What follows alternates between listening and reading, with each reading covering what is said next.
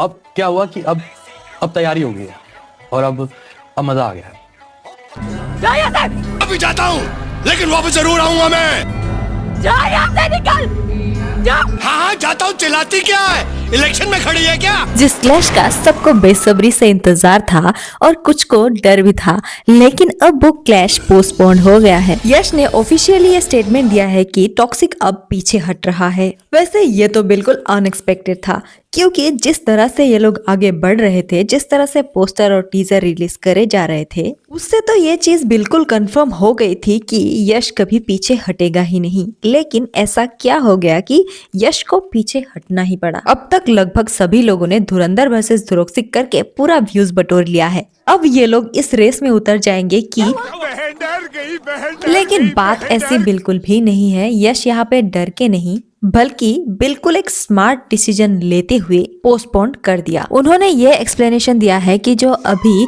Iran, USA, middle east के बीच जो tension चल रहा है, उसी के चलते इसको पोस्टपोन कर दिया और साथ ही में नया डेट भी अनाउंस कर दिया है और वो लोग 4 जून में आ रहे हैं। एक अच्छा डिसीजन लेते हुए धुरंधर के क्लैश से तो बच गए, लेकिन साथ ही में जून में आने वाले हैं जेलर 2। हाँ, जेलर 2 का कोई अब तक ऑफिशियल अनाउंसमेंट नहीं हुआ है, कोई डेट फिक्स नहीं हुआ है, लेकिन फिर भी हो सकता है कि जेलर 2 के साथ बड़ा क्लैश हो जाए। जो ये पोस्टपोन हुआ है तो लोग बोलेंगे कि टॉक्सिक आखिरकार डर के भाग ही गए। लेकिन अगर थोड़ी देर सोच के देखे तो जो यश के हार्डकोर फैंस नहीं है, वो लोग थोड़ा सोच के देखे तो ये एक तरह से बहुत अच्छी बात है, क्योंकि अगर बड़े बड़े दो मूवी अगर क्लैश कर जाते तो एक को तो घाटा होता ही, और इसमें साफ था कि टॉक्सिक को पूरी तरह से घाटा हो जाता। और अभी जो मिडिल ईस्ट की कंडीशन है उससे तो टॉक्सिक को बहुत ज्यादा नुकसान हो जाता, क्योंकि गल्फ कंट्रीज ही एक ऐसी जगह है जहाँ पर टॉक्सिक को कोई हराने वाला नहीं था, क्योंकि धुरंधर तो वैसे भी बैन था, तो धुरंधर 2 तो वहाँ पर बैन ही होगा। गल्फ कंट्रीज ही एक ऐसी जगह है जहाँ से यश को कुछ थोड़े ज्यादा पैसा आने का उम्मीद था।